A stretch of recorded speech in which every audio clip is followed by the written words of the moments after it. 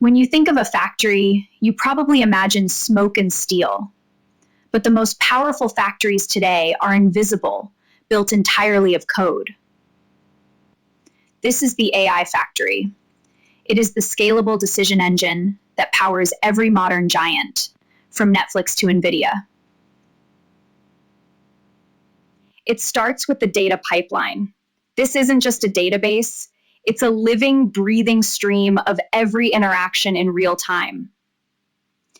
In 2025, data is the oxygen. If the flow stops, the intelligence dies. The pipeline cleans, sorts, and feeds the brain. Next are the algorithms. They are the machines of this factory, turning raw data into predictions about what you want next. But we've moved beyond simple recommendations. Today's engines don't just guess, they understand context and intent.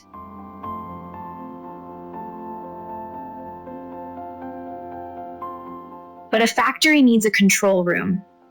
That's the experimentation platform, where the AI constantly competes against itself to improve. Top firms run thousands of A/B tests every hour. The factory never stops learning from its own mistakes. Here is the 2025 update. The factory has gone from predictive to generative. It doesn't just find the content, it creates it.